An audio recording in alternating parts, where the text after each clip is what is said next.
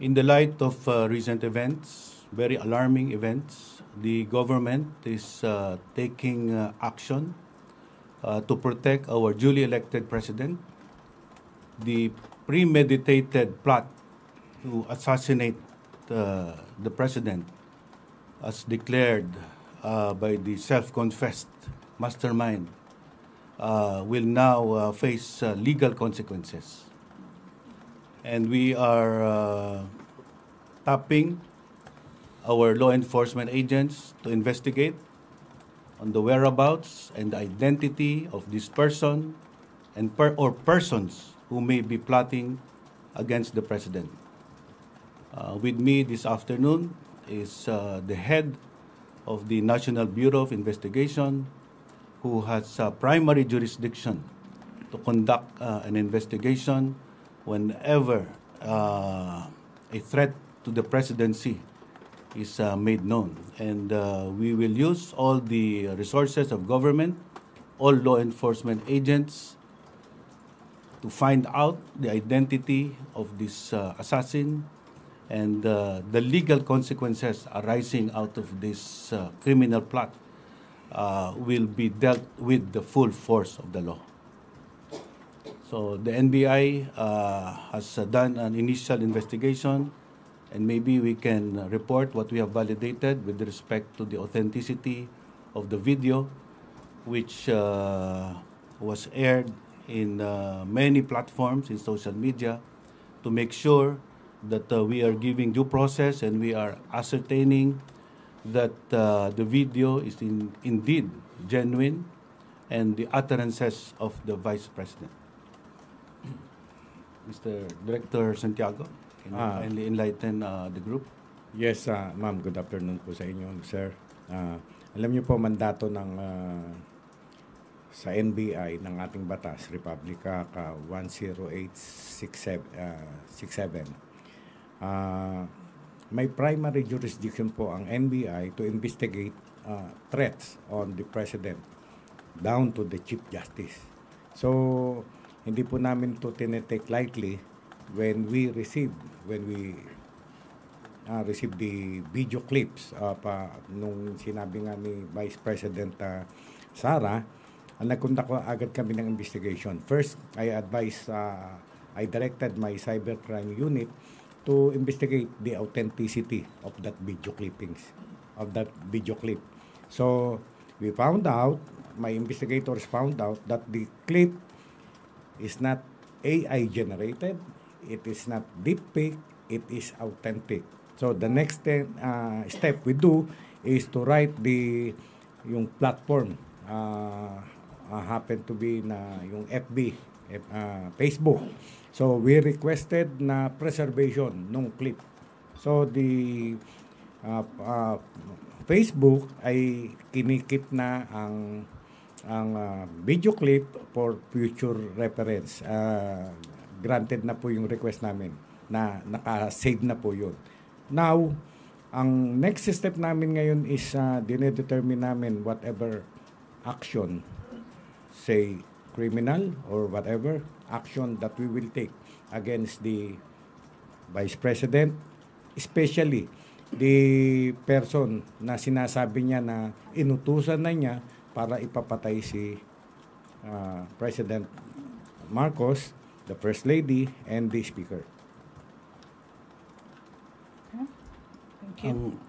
Ang investigasyon po na gagawin ng gobyerno ukol sa bagay na ito ay agad-agaran.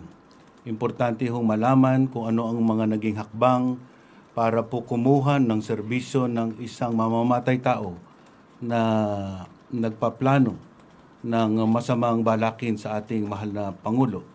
At gagawin po ng National Bureau of Investigation ang lahat ng mga hakbang para matuntun ang identity nito, kasama po ang pag-i-issue po ng subpoena kay Vice President Sara na humarap sa NBI para bigyan po ng kaliwanagan ang kanyang mga pananalita. Dahil po diretsuhan niyang sinabi na siya po ay kumuha na ng tao, na siya pong gagawa ng pagpatay hindi lang po sa Pangulo, kasama po ang ating First Lady, at ang ating Speaker of the House, hindi po tama pong pananalita na nanggagaling po sa napakataas na opisyalis ng ating bayan. Kailangan po agarang investigasyon at meron po tayong paraan sa batas na mag-issue ng subpoena ang National Bureau of Investigation para po paharapin ang ating Vice Presidente at magbigay linaw sa kanyang mga sinabi. Okay. Are we going to hear from the Prosecutor General? Yes, good afternoon, everyone.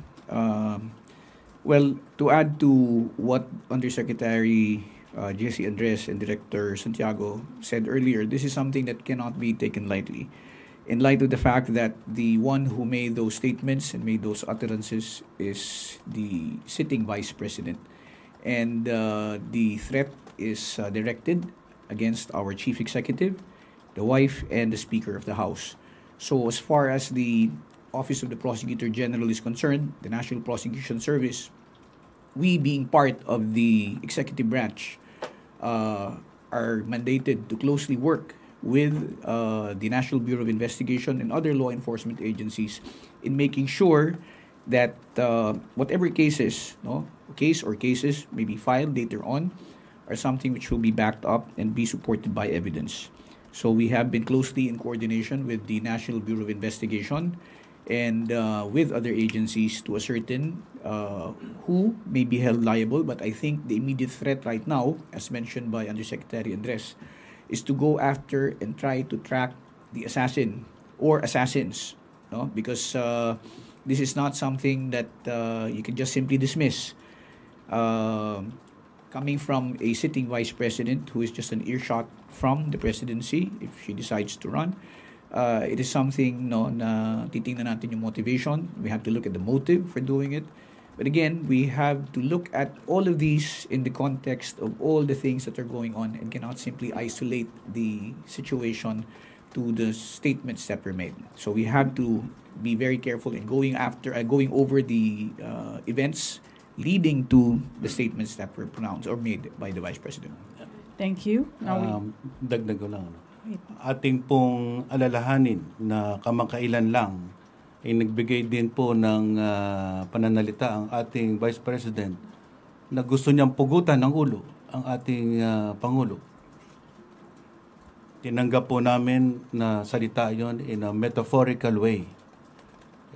Isang simbolismo lang ng kanyang galit. Ngunit sa kanya pong bagong pananalita, hindi po maaring isang tabi lang yan at kailangan po ng ating gobyerno na kumilos dahil po ang isang halal na Pangulo ay binigyan po ng banta ng isang mataas ding opisyal ng gobyerno na may kakayahan din na gawin ito.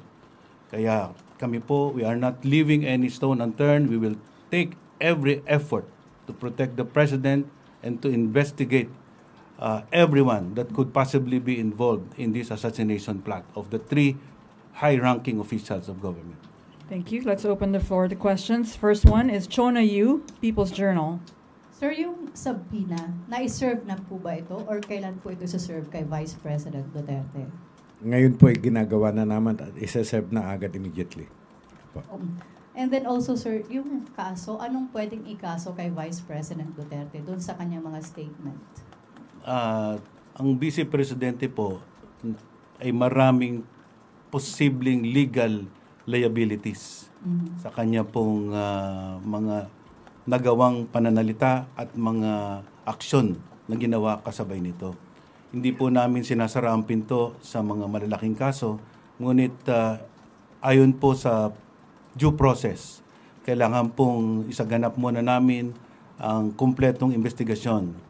We have to go into every possible angle, hear testimonies, collate previous testimonies given, and do a forensic study that will fortify all possible cases. But we assure you, the full force of the law will be used in dealing with this matter.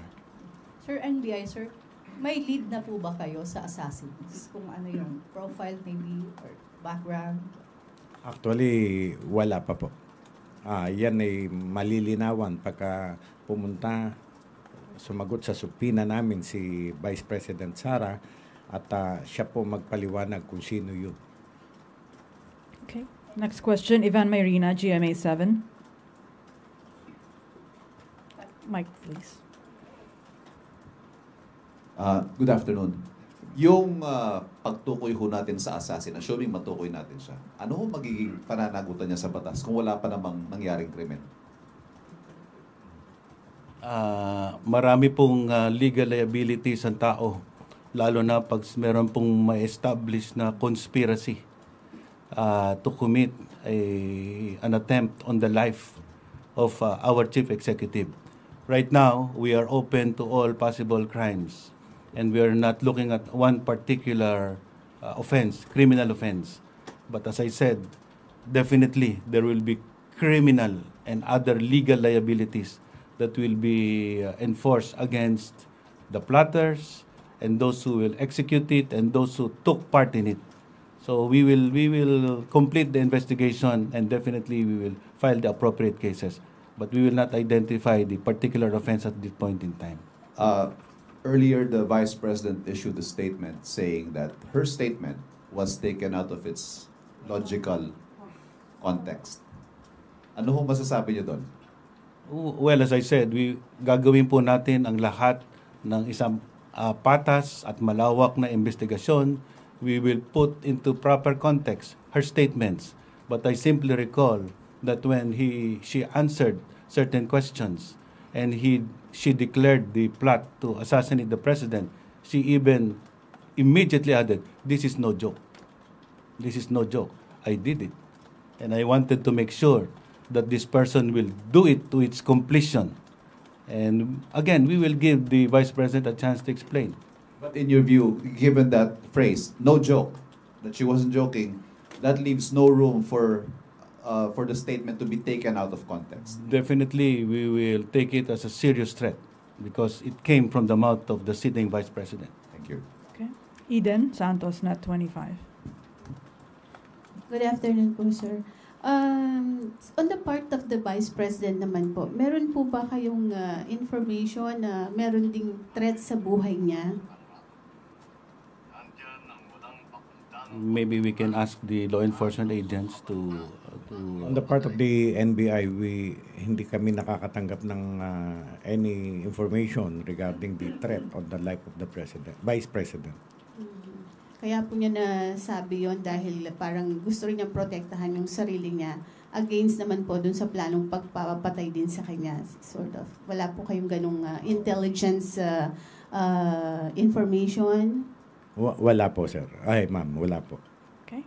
Sam Medinilla, Business Mirror. In answer also to that, as you will observe, everything that is being done is through legal processes and legal proceedings. If ever the Vice President is being held accountable, it is in a legal process. And it is all done within the bounds of the Constitution and the law. Thank you.